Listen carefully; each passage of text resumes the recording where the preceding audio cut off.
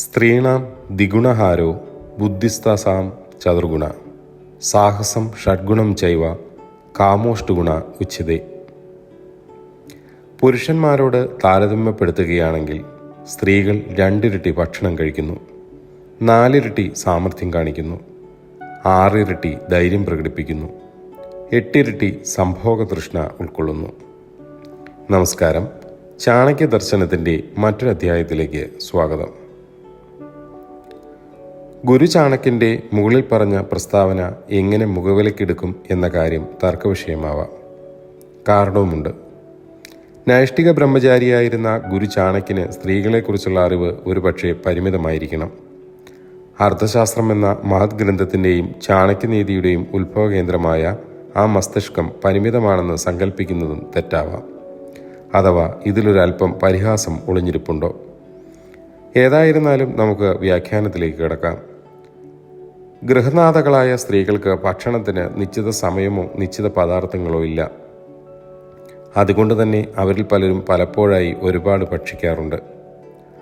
മൗര്യകാലത്തെക്കുറിച്ച് ഈ വാദം നാം അംഗീകരിച്ചാൽ കൂടി ആധുനിക കാലത്ത് സ്ത്രീകൾ ഭക്ഷണ ക്രമീകരണ പദ്ധതി അഥവാ ഡയറ്റിംഗ് സ്വീകരിച്ചുകൊണ്ട് വളരെ കുറച്ചേ കഴിക്കാറുള്ളൂ.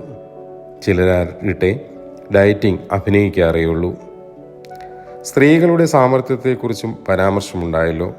ശരിയാണ്, ലോലഹൃദയങ്ങളാണെങ്കിലും ചതിയും വഞ്ചനയും അവരുടെ സ്വഭാവമാണ്. സ്ത്രീകൾക്ക് വിശ്വസ്തത തീരെ കുറവാണ്. 2 ഭാഷയും 2 ഉദ്ദേശവും അവരുടെ സഹോദരങ്ങളാണ്. കൃത്യമായി പറഞ്ഞാൽ പ്ലാനും പദ്ധതിയും പലപ്പോഴും അവരെ വിജയിപ്പിക്കുന്നു. ഇതൊക്കെയാണ് എക്കാലത്തെയും അനുഭവം. ഇത് വെറും കുറ്റാരോപണമല്ല. പൗരാണിക കാലം മുതൽ ഇന്ന് വരെയുള്ള സ്ത്രീകൾ ഈ ചിത്രമാണ് നമുക്ക് നൽകുന്നത്. എന്നിട്ടും അവർ നല്ല ഭാര്യമാരാണെന്ന്, അല്ലെങ്കിൽ നല്ല സഹോദരിമാരാണെന്ന്, നല്ല അമ്മമാരാണെന്ന്, നല്ല സുഹൃത്താണെന്ന്, നല്ല സഹപ്രവർത്തകയാണെന്ന്. ഈ മഹത്സാനം നിലനിർത്താൻ തീർച്ചയായും അതിസാമർഥ്യം തന്നെ വേണം. പോരാ, പുരുഷ മേധാവിത്വം തിരുതല്ലെന്ന ലോകത്ത് പുരുഷനെ സ്വാധീനിക്കാൻ കഴിയുന്ന സ്ത്രീക്ക് ജീവിക്കാൻ അർഹതയുള്ളൂ. അപ്പോൾ ഇത് സത്യമല്ലേ? പുരുഷനേക്കാൾ എത്ര ഇരട്ടി സാമർഥ്യം കാണിച്ചാലാണ് പുരുഷ മേധാവിത്വമുള്ള ഒരു നാട്ടിൽ പിടിച്ചു നിൽക്കാൻ സാധിക്കുക? ഇത് പരിശോധിക്കുമ്പോൾ ഇവരുടെ അതിസാമർഥ്യം നമുക്ക് വ്യക്തമാകും. പുറത്ത് കാണുന്നതല്ല സ്ത്രീ. അവളുടെ യഥാർത്ഥ മുഖം തിരിച്ചറിയാൻ ഒത്തിരി പഠിക്കേണ്ടതുണ്ട്. മേൽ പ്രസ്താവിച്ചതുപോലെ വിവിധ മണ്ഡലങ്ങളിലെ സ്ഥാനം നിലനിർത്താൻ അതിനനുയോജ്യമായ വിധത്തിൽ ധൈര്യപ്രകടനവും അത്യാവശ്യമാണ്. കൃഷ്ണ സഹോദരിയായ സുഭദ്രയും സത്യഭാമയും വിക്ടോറിയ മഹാറാണിയും ഝാൻസി റാണിയും ക്യാപ്റ്റൻ ലക്ഷ്മിയും ഒക്കെ ധൈര്യത്തിൻ്റെ ഉത്തമ മാതൃകകളായി ഉയർന്നു. പക്ഷേ അത് വ്യക്തിപരം മാത്രമാണ്. സ്ത്രീ സമുദായം പൊതുവെ ധൈര്യമില്ലാത്തവരെ കൊണ്ട് നിറഞ്ഞിരിക്കുന്നു എന്നും തർക്കിക്കാൻ ആളുകളുണ്ടാകാം. എങ്കിലും ഒരു കാര്യം തീർച്ചയാണ്, ഏത് നിർഭാഗ്യാവസ്ഥയെയും തരണം ചെയ്യാവുന്ന സഹനശക്തി അവരിൽ അന്തർലീനമാണ്. ക്ഷമ പോലും അവരിൽ നിന്നാണ് ആരംഭിക്കുന്നത്. എന്നിട്ടും ഒരു കളങ്കവും പറ്റാതെ ഇന്നും സ്ത്രീകൾ പൂജിക്കപ്പെടുന്നു. തികച്ചും 6 ഇരട്ടിയെങ്കിലും ധൈര്യമുണ്ടായിരിക്കണം സ്ത്രീക്ക്. ഗുരുവിൻ്റെ അവസാനത്തെ പരാമർശം ലൈംഗിക ആവേശത്തെക്കുറിച്ചാണ്. ഇത് കുറേയൊക്കെ സമ്മതിച്ചു കൊടുക്കാതെ നിവൃത്തിയില്ല. പരമ്പരകളുടെ നിലനിൽപ്പ് സ്ത്രീയിലാണ്.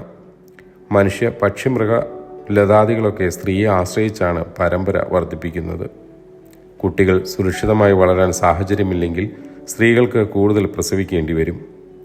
അതുകൊണ്ട് തന്നെ പ്രത്യുൽപാദനശേഷിയും അവസരവും അവരിൽ നീണ്ടു നിൽക്കുന്നു. പൂക്കൾക്ക് ഭംഗിയും സ്ത്രീകൾക്ക് സൗന്ദര്യവും ദൈവം കനിഞ്ഞരുളിയതും ഇതുകൊണ്ടാണത്രേ. ഈ ലൈംഗികക്ഷമതയെ പ്രകൃതിയുടെ നിയമമായി മനസ്സിലാക്കാൻ കഴിയാത്ത പുരുഷവർഗം സ്ത്രീയെ ഏകാന്ത തടവിന് വിധിച്ചു. എന്നിട്ടും പരമ്പര വർദ്ധിപ്പിക്കാൻ സ്ത്രീക്ക് കഴിയുന്നു. ഇതിൽ നിന്നൊക്കെ ഗുരു ചാണക്യൻ്റെ പ്രമാണം അക്ഷരം പ്രതി ശരിയാണെന്ന് വരുന്നു. ഗുരുവിൻ്റെ അഭിപ്രായം കുറേയൊക്കെ ഏകപക്ഷീയമായി തോന്നാം. അതിൽ പുരുഷ മേധാവിത്വം നിലനിൽക്കുന്നുണ്ട് താനും. ചാണക്യ ദർശനത്തിൻ്റെ മറ്റൊരധ്യായവുമായി വീണ്ടും കണ്ടുമുട്ടാം. നന്ദി, നമസ്കാരം.